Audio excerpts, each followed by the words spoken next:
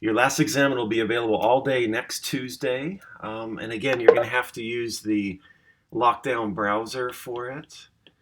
And the practice midterm has a lot of questions in it just because there's a lot of different topics covered. Some of the, a lot of those questions won't take much time.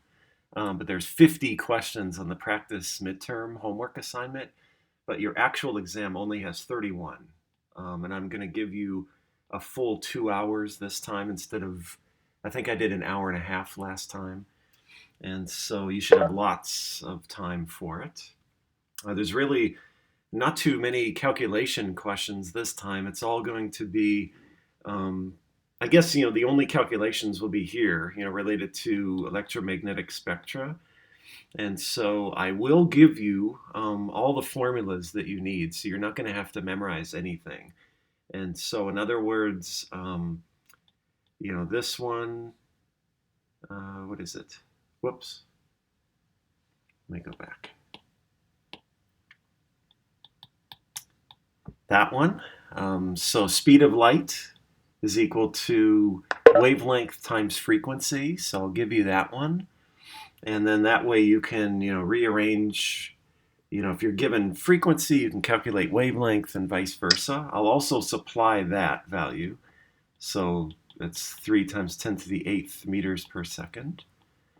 Okay, and then the other formula I'll also give you, which is this one. Okay, and then I'll also give this one if I give a question like that. Okay, and then I'll give you the H as well. So you're not going to have to memorize anything. Joule seconds. Okay. So all that will be provided for you in the questions themselves. So you're not going to have to open up another browser. I will again put the first question, so you can open up a periodic table, or you can use your own if you want, as well as a scientific calculator. So I'll have those that you can pull up on separate windows if you want, or separate tabs. But you're free to use your own if you want. Okay. So those are really the only calculations you're going to have to do. And then after that, it's about quantum numbers. So remember, you had n, l, m sub l, and m sub s. And so knowing for n, what values L can take, and then what values M sub L could have, all those kind of combinations. And then getting into electronic configurations. And you should know it for atoms. So chapter 5 had it for, neutral atoms. Really all the way to radon should be sufficient. I'm not going to put any about, the actinides or anything like that. And then chapter 6 had for ions. And remember, if it's a transition metal ion, that the whatever quantum n quantum number, like 3s, 4s, whatever, those leave first. Okay, so for instance, if you have, iron 2 plus, then your 4s2 is gone. So it's just going to be whatever your noble gas is. I can't remember what that is, argon, something like that. 3d6. Okay, so your s's leave first. And then periodic trends. And so, you should know the sizes. So the trends and sizes of neutral atoms. So as you go down a group, the size gets bigger. And as you go left to right, the size gets smaller. Okay, and the same trends are seen with ions as well as atoms. It's just that for a cation, it's going to be smaller than the neutral atom, okay, as far as size. And then for anions, it's going to be bigger than whatever it came from, okay, the neutral atom. All right, and then the other trends are ionization energy and electron affinity. And so ionization energy is something like this. We'll just say that. Okay, so this is ionization energy. Okay, and this would be like IE1, okay, where you're losing that first electron. And then this is IE2. Okay, so you're losing that second one, and so on. The trend with these is, remember, that as you go left to right in a period, remember that there was that trend like this, that it is generally going up, but then you have those kind of weird situations. So you can, go back and watch that video lecture, we talked about, why it's generally going up, but then there's a couple cases where it goes down. It's actually easier to remove electrons. And it really has to do with, electron-electron repulsions in certain groups. So the general trend is that, the noble gas will have the highest in, as you go across the period, and the group 1 will have the lowest, okay? And then as you go down a group, it generally, the ionization energy will go down. So that means that it is getting easier to remove electrons. Okay, and that's just because, if you have an orbital like, the 1s, the electrons are really close to the nucleus versus a 3s. Now the electrons are farther away, so it doesn't take as much energy to ionize them. Whoops. What's going on? Okay. Okay, so those are the periodic trends. And then chapter 7, again, any new material I talk about today is not going to be on the exam. So the cutoff is last week. And so Lewis structures, formal charges, and then resonance forms. Okay, so kind of to show you where that kind of ends, I have some Chem 101 questions for you. Okay, so these are the last topics that the exam will cover. And then we'll get on to new material today. So this is one very, very typical of a question that's on the exam.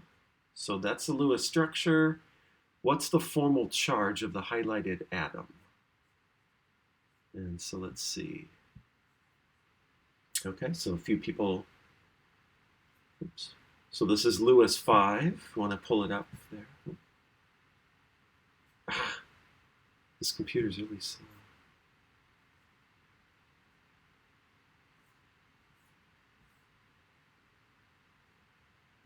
There we go. So Lewis 5.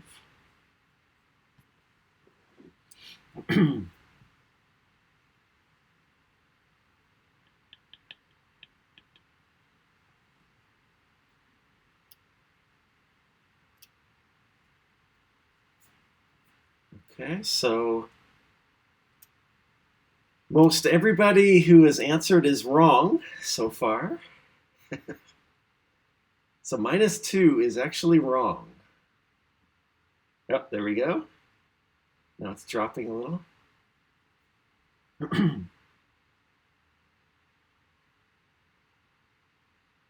There we go, now it's flipped. Okay, yeah, so the answer is -1. Okay, and so the equation for formal charge is the valence, so number of valence electrons, and so oxygen will have 6. So that's 6 minus the number of bonds going from it, and so that's 1, minus individual dots. So 1, 2, 3, 4, 5, 6. So 6 minus 7 is -1. Okay. All right. So that was Lewis 5, Lewis 6.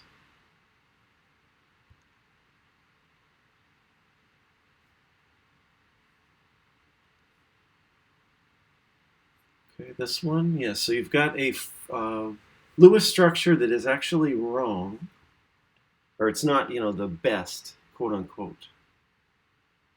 Yes, so formal charge is atom by atom. So question is, we only calculate formal charge for one of the bonds.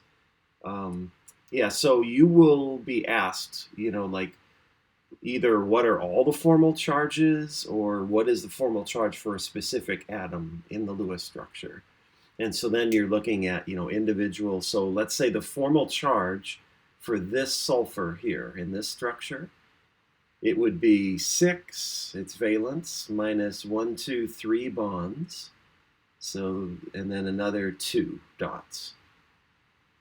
Okay, so that would be a formal charge of +1 there. Okay, so this one.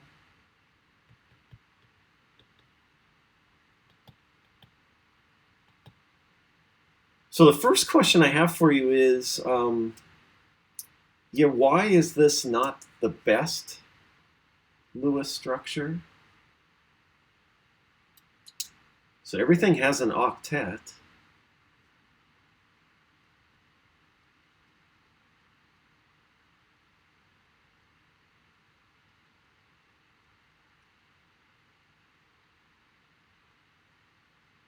So your final check should be if formal charges, if they're anything greater than plus or minus 1, then it's for sure wrong. In this case, they're really not, though. So you've got, formal charge of this sulfur is going to be 6 minus 3 minus 2, so that's a +1. This carbon is going to be 4 minus 4, and then you don't have any dots, so that's just 0. And then this one is going to be 5 minus 1 bond, and then 1, 2, 3, 4, 5, 6. So that's -1. Okay, and so formal charges, I guess magnitudes look good, but you're always seeing if you can get them minimized. So if at all possible, you should try to get formal charges of everything to 0 if you can. And so I guess looking at this too, you're seeing is the negative charge on the most electronegative atom? So what do you think? So what's more electronegative, sulfur or nitrogen?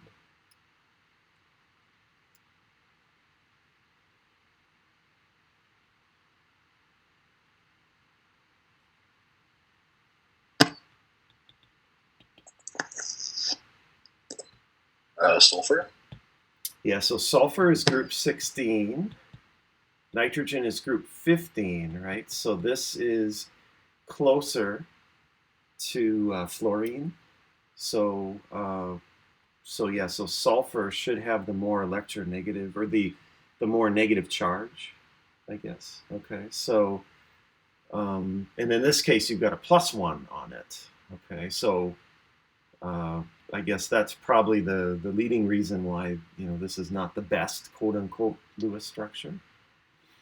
And so Nitrogen -2. oh, question, sorry. I said, would nitrogen be -2? Oh yeah. 1 and then 1, 2, 3, 4, 5, 6. Yeah, that's right. Yeah, you're right. Yeah.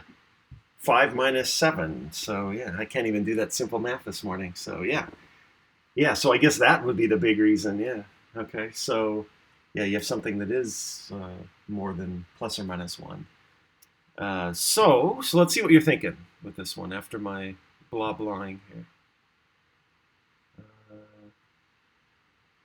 Okay, so yeah, so you're thinking, yeah, if you kind of move around these multiple bonds in this, you still have to maintain the same number of total electrons, okay, but what you're doing, oh, my iPad just jammed on me. Crap. There we go.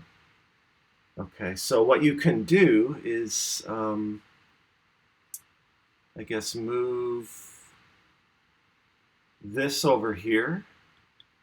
Okay, so to those, move it over to the sulfur as a lone pair, and then you can move this into here. Okay, and so then you're going to have like 2 lone pairs, and two lone pairs like that. Okay, and so now looking at formal charges, that will be 0. Let's see, this sulfur, 6 minus 2 minus 4, so that's 0.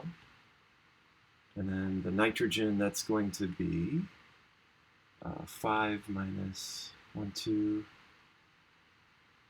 minus 4, so that's going to be minus 1. Okay, so yeah, most everything then will have a 0 formal charge except one atom, and so that will be the quote-unquote best Lewis structure then. Okay, so all formal charges have been minimized as much as possible.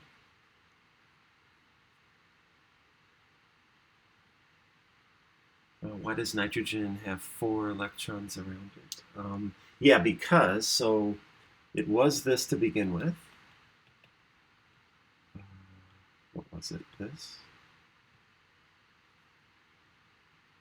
Why does it keep jamming?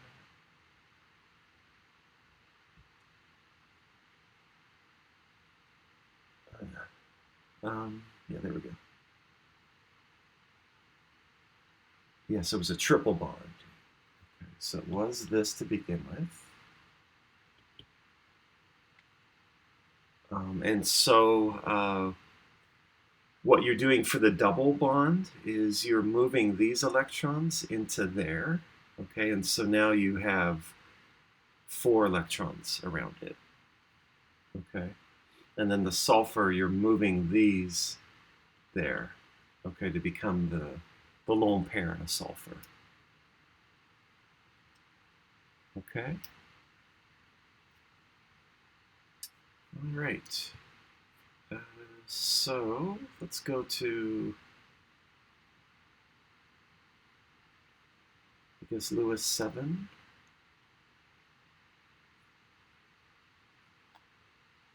Okay, and this is an incorrect Lewis structure for perchlorate. And why is that incorrect? Well, I guess the question kind of says it. Yeah. So, formal charges can be minimized, I guess, in this one. Don't all the oxygens have too many electrons?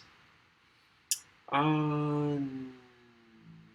Let's see. A total number of valence electrons. Let's see. So we've got, so Cl4 minus should have 6 times 4, another 7, and then 1.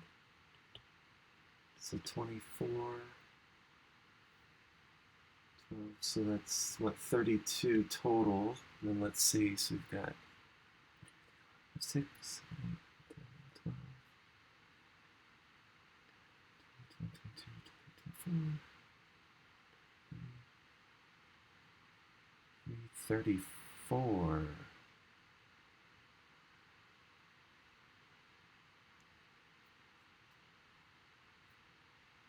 Yeah, actually, so this has too many electrons, doesn't it?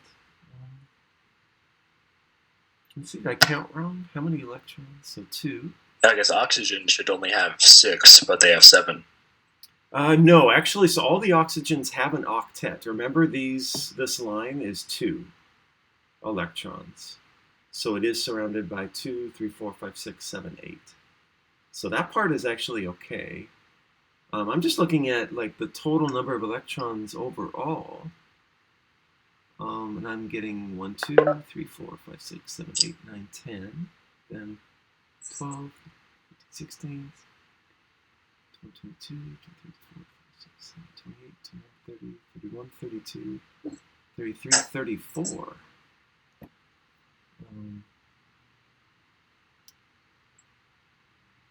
Yeah, so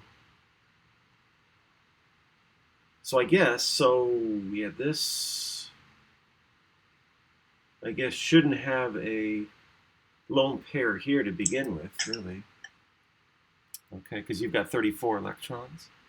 Yeah, so it really should be this structure to begin with, and this is still not the best, though. So we'll start with the best, or the at least one that makes sense here. So this is a typo I'm going to have to tell them about here. Okay, so this, I guess, should have the right number of electrons at least. So 32 valence electrons. Okay. And then what you can do is start to use double bonds so that chlorine has a better formal charge, right? So what's the formal charge? So in this one that I've drawn here, what's the formal charge of the chlorine?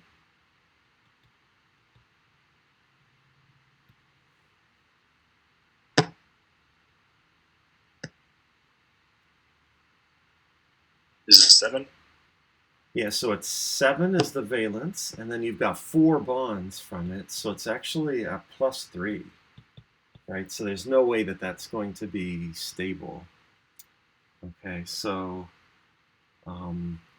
so you start to do your, moving electrons from a lone pair to the center, okay?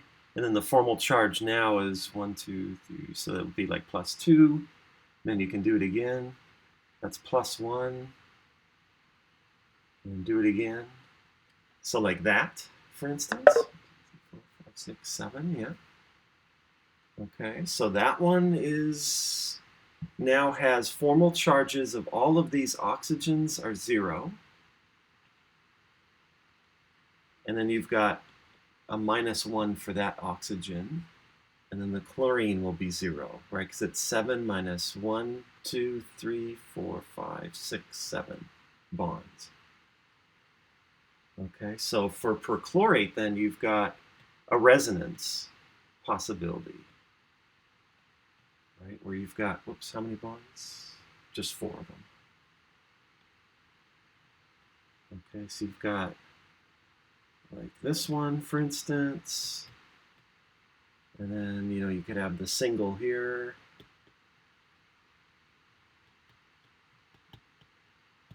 Etc. Okay, so these are I have all... a question. Yes. So we have the formal charge of -1 on the oxygen, and since chlorine and oxygen are so close to fluorine, can they interchange which one has the most negative charge? Yeah, so you're right. Yeah, they flank fluorine. It actually, if you look at the electronegativity numbers, oxygen is more electronegative than chlorine. Yeah, so so in this case, even relative to is the negative charge on the most electronegative atom, it actually is in this case. Okay. Yeah, so it's something I wouldn't ask on an exam, like between chlorine and oxygen, which is more electronegative. Because they are so close to fluorine, but yeah, oxygen is. Yeah. Okay, thank you. Yeah, you're welcome. Okay, so that was more challenging than I thought too. Okay, so yes, so something like this would be the best variety of Lewis structure, where you just have one single bond and then 3 doubles.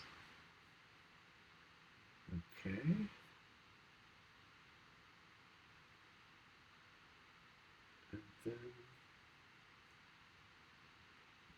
I think Lewis 8 is the last.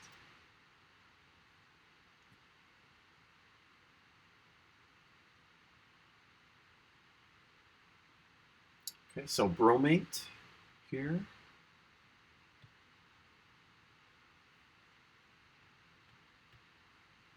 So total valence.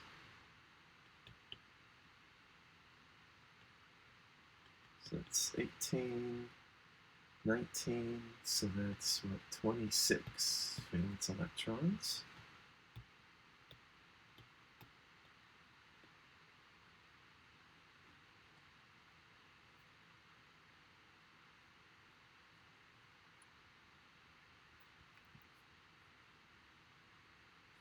All right, so let's see what you're thinking. Are you just working on it? Okay.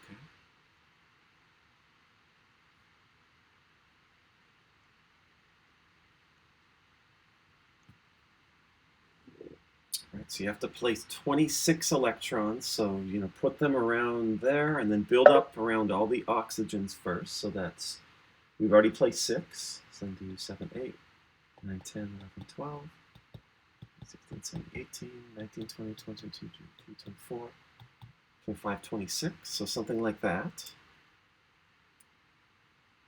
Okay, and then you do formal charges. So everything, has an octet. And so then do your formal charges, and you'd see that this bromine would have 7 minus 3 bonds, and then another 2. So that's a plus 2. So that's not going to be stable. Okay, so you're going to have some combination of some double bonds in here. Okay, so you could say, maybe like that.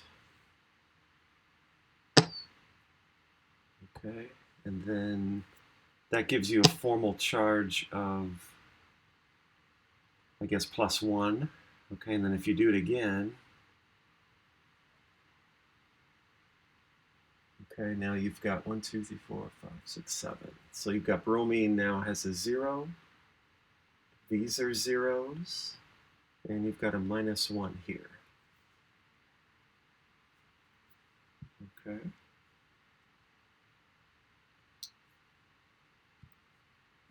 Okay, so yeah, no triple bonds there.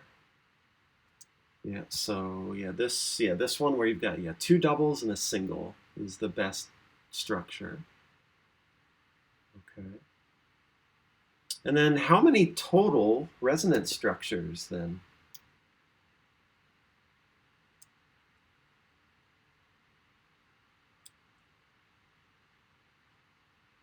Yeah, so I'm seeing 1 as the first answer.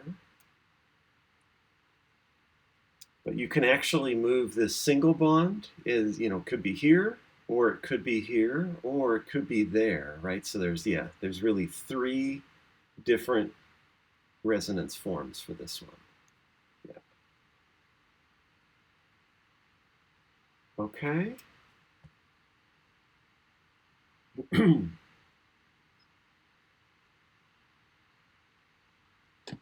All right.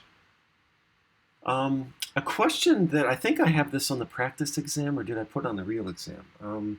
Let's see. If you have something like this,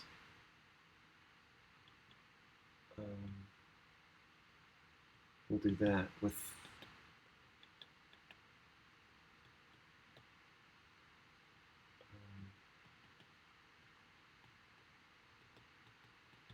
this got people messed up last year. I put this on the actual exam and asked if this, are these resonance forms or not? These actually are not. Okay, all I've done is I've just wrote them, I just sort of switched the order of things, right? If you have the same bonding, right? You have a triple bond between carbon and sulfur, and you have a triple bond there, and then you've got a single bond here, single bond there. Okay, so for you to have a resonance form, you have to change positions of multiple bonds. Okay, so something like this where, now you draw it the same way, and now you've got the single bond here, and then a double bond there. You're now alternating positions of those multiple bonds. Those are resonance forms, but this is not. Okay.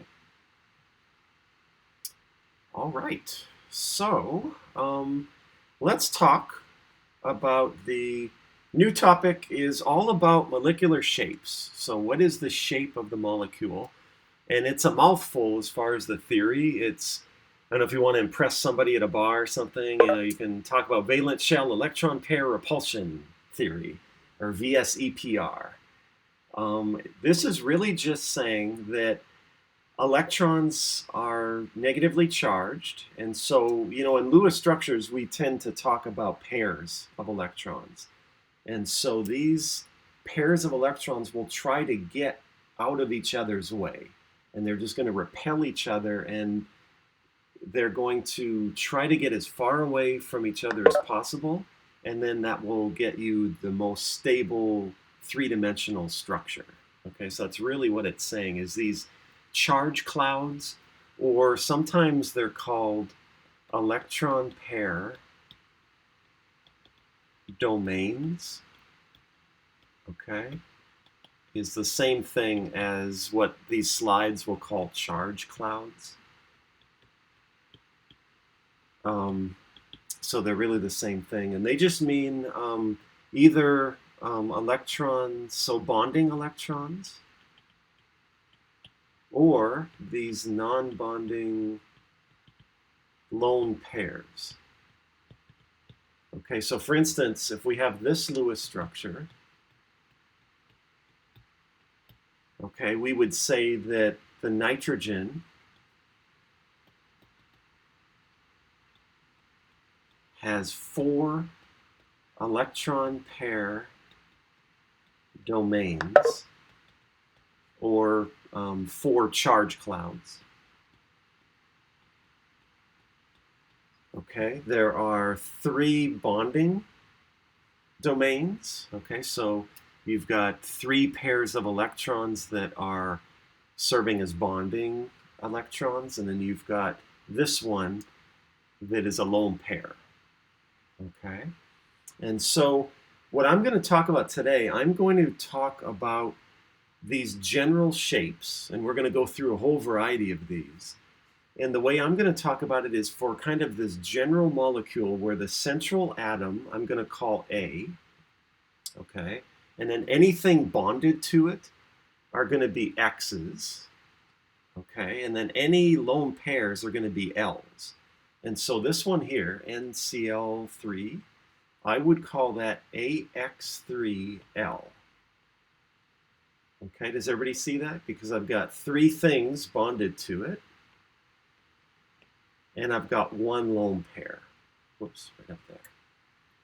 Okay, and so that's what I'm going to talk about, you know, in all of these different shapes in this kind of general way.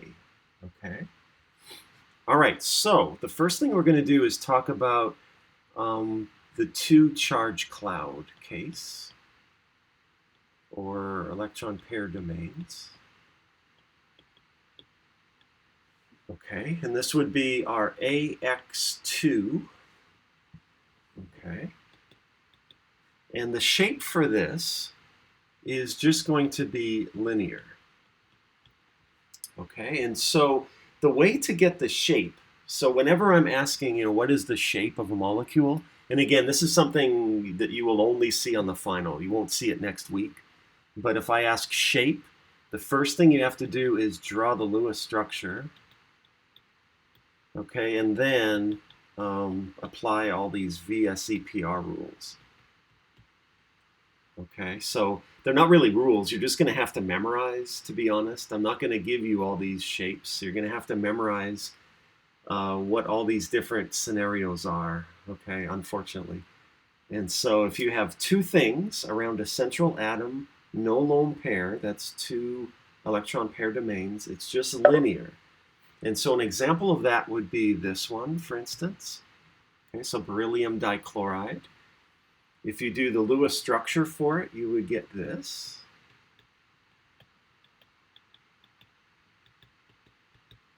Okay, and so this would be AX2, and this bond is going to be 180 degrees. Okay, so we call this linear. Another example is CO2. Okay, so that one, if you do the Lewis structure, you will have this. Okay, and again, you've got a central atom with 2 sets of bonds. Okay, so for VSEPR, so what's important here is that for VSEPR theory, multiple bonds count as a single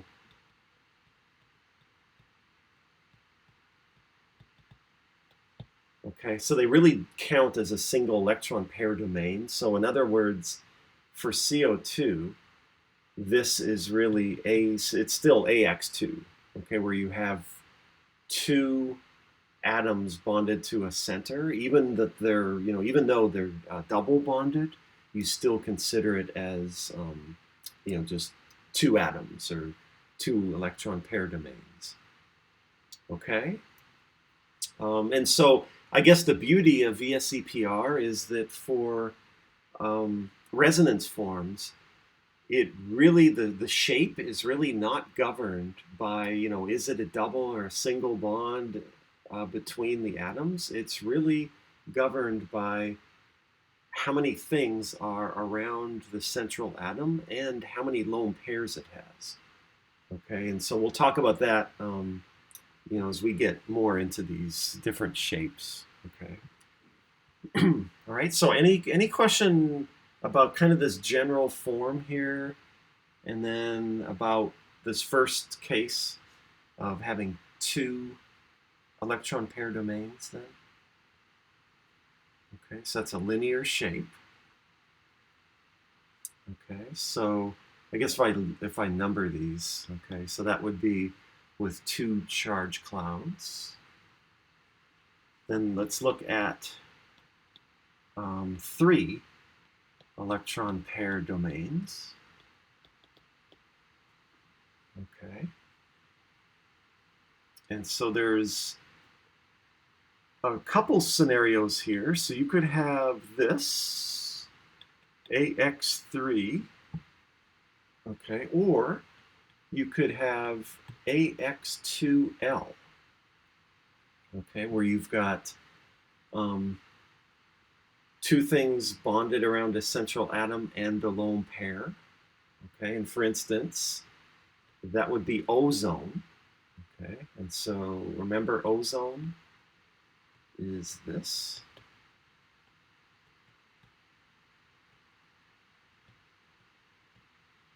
That, and then all these lone pairs.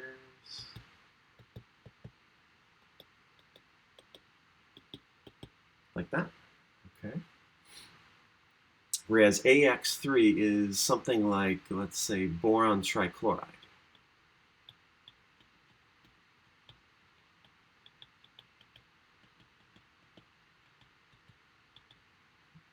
Okay, so those are the two scenarios if you have, these three electron pair domains.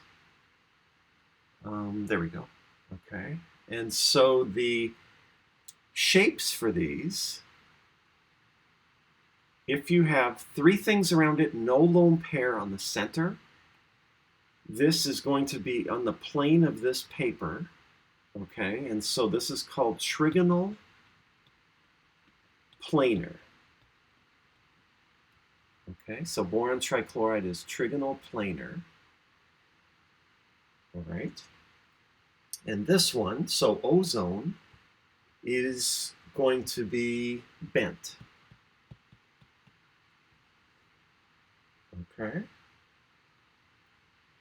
And so the angles here, does somebody want to guess, I guess, in this trigonal planar one, what the angle is? So between the Cl boron Cl angle, what that would be?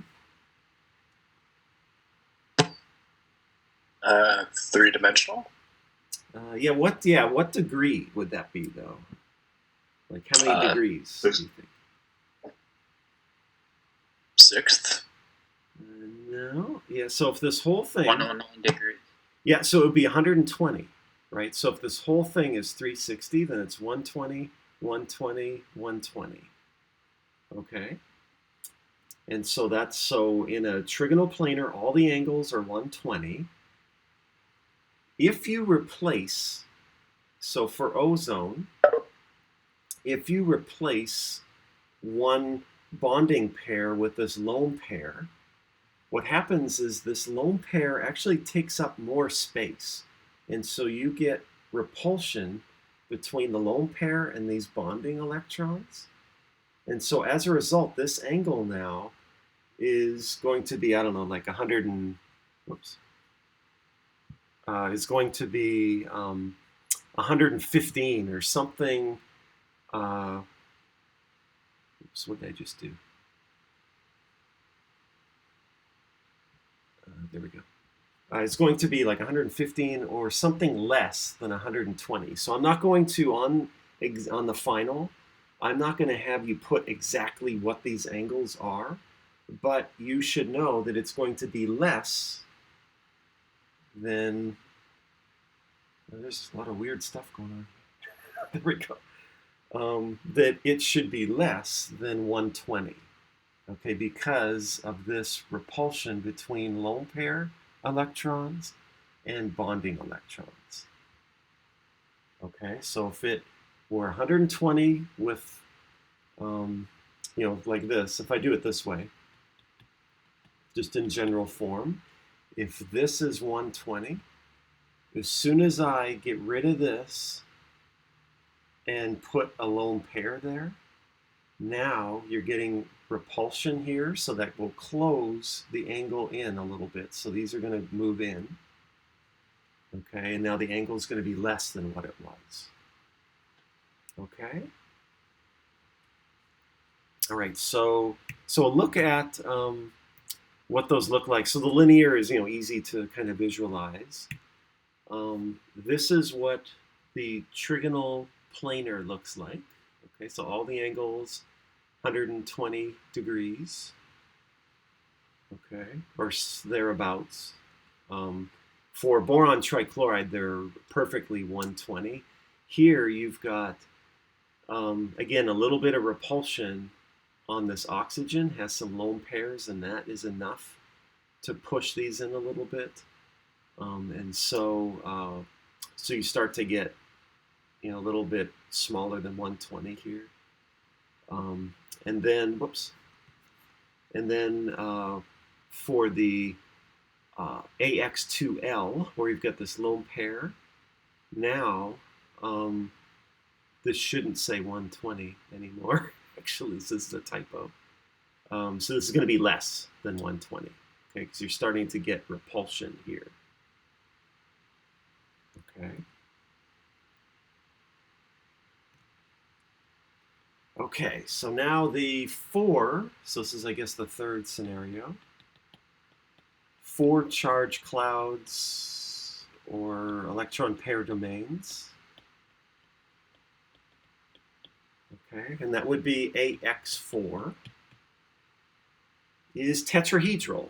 Okay, and shown here, this is kind of like a camera sitting on a tripod or something like that. Okay, so this is, all the angles are 109.5 is in a tetrahedron. Okay, one way to visualize a tetrahedron is, I don't know if this will make it clear or confuse you, is if you have the central atom right in the middle of a cube, and then if you have X's on these corners and on these corners. I don't know, I'm a horrible artist, but if you kind of imagine, like opposite corners, that is a tetrahedron. So all these angles would be 109.5. Okay, so yeah, I don't know. I think that just confused it more. But yeah, this is another way to think about it anyway. So tetrahedral, okay, is if you have 4 things surrounding or bonded to a central atom. Okay. All right, so that would be the case if you have all those 4 bonds, and then you can start to replace some of them with a lone pair. So AX4 is tetrahedral. AX3L now is trigonal pyramidal. Whoops.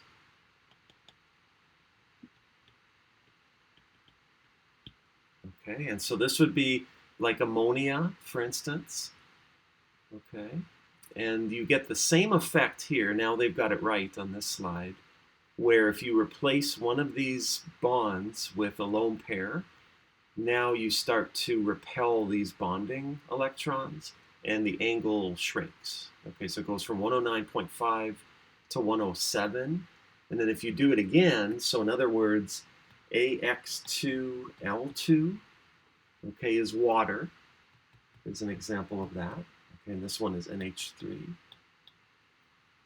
Okay, so now you've got two lone pairs on this central oxygen. Now they're really repelling these bonding electrons, and now the angle gets even smaller. So in water, it's 104.5. Okay, so does everybody see the difference then? Okay, that's one lone pair, two lone pairs, and you're getting this angle is shrinking as you add more lone pairs on the central atom. Okay. All right, so that's the case with 4 charge clouds or electron pair domains. And I think that is where we will stop today. And so tomorrow we're going to talk about 5 charge clouds, 6 charge clouds. And then we're going to look at another theory, which is valence bond theory, like how do these orbitals overlap? Okay. One question before we sign off. If both structure variations give you the same charge, do you choose the one with the least bonds? Yes, you're talking with Lewis structures. So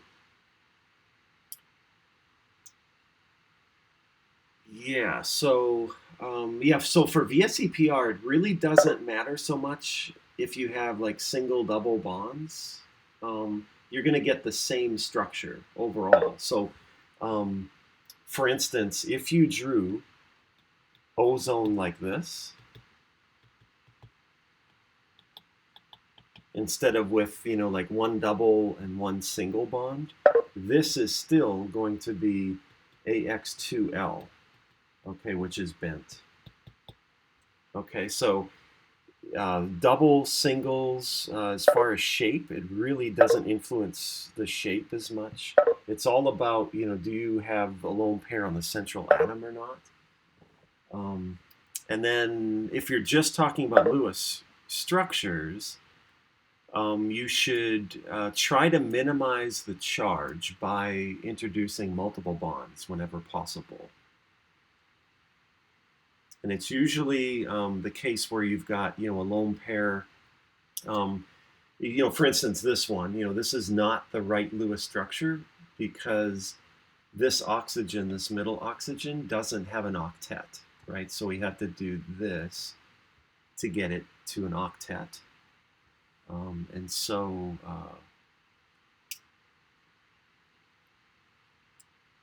what would you choose? Oh, the last Chem 101, choose oxygen. 3 bonds. Oh, okay, so let's go back to that last one. Okay, so this one, okay, why would you choose one oxygen to have 1 rather than 3 singles? Yeah, so this one, the reason why this was the preferred Lewis structure is because in this form, the bromine has a 0 formal charge, right? Because it's 7 minus 1, 2, 3, 4, 5, 6, 7. And then you've got only one atom that has a charge. Okay, so you try to minimize charges for all the atoms as much as possible.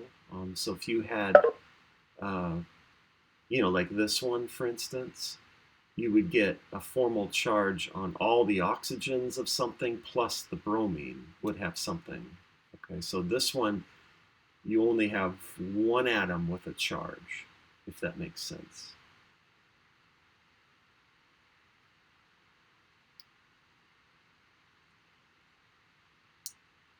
Does that make sense, Catherine? It would be the same if 2 oxygens had double bonds, and one has 3 bonds. Oh, yeah. So you're talking about this. So this variety where you've got, so let's say that,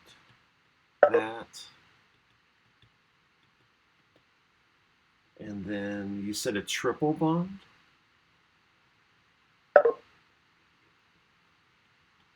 Like that or something. 2, 3, 4, 5, 6, 7. Yeah, that one. Or maybe you're talking, yeah. Let's see. So if you have a single there yet, like that one. No extra electron on the bromine. Yeah. So oxygen, I guess oxygen does not like to have a triple bond. I guess we'll see why in tomorrow's lecture when we look at overlapping of. So you're saying like this one, and then no lone pair there. Yeah, so you're right. So that one, all the formal charges. Let's see. Yeah, you would have a plus. Yeah, what would you have? So oxygen would be 6 minus 1, 2, 3, 4, 5. You'd have a +1 charge.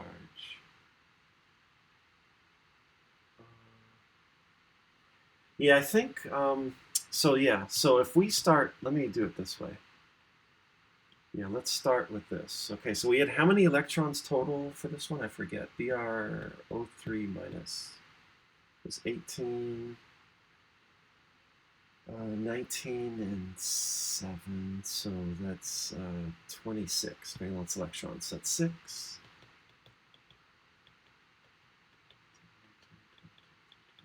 526. Okay. So now you're saying, so go to a double here. Go to a double there. And then a triple on the last one. Yeah. It's really rare, to be honest, if you have lone pairs on this peripheral atom, it's really rare for you to move electrons from the center outward. Whoops, the center outward. Okay, so whenever you're doing multiple bonds on things, you will. I'm not aware of really any situation. Well, I guess we did that one, didn't we, earlier in the class, where we did move it from the central atom outward as well. But for you to do like a multiple to get a triple bond in there, you'd have to move that one there. And then you'd have to do another one here somehow. And that's just not going to be stable. And, I guess the reason for it is that oxygen doesn't form triple bonds. So yeah, we'll look at like what orbitals overlap, I guess, tomorrow, and kind of find out why that's the case. But yeah, the most that oxygen can do is just either a single or a double bond to something like carbons or whatever. And so triple bonds, you'll see that with carbons or nitrogens, but virtually nothing else will like to form triple bonds. So they're quite rare, really.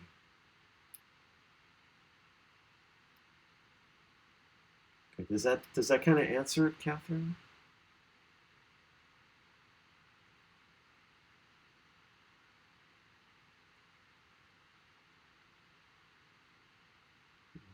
Triple bond would be no. So yeah, on the exam, yeah, if this were multiple choice, yeah, I guess if it were multiple choice, you might have one where it were a triple bond on there. So this one versus one with a triple bond. That would be kind of tough at this level. As you go on to take organic, I think, is where you really learn to see, you know, what type of bonds are common or not. And so I wouldn't, yeah, I wouldn't put that on an exam. No.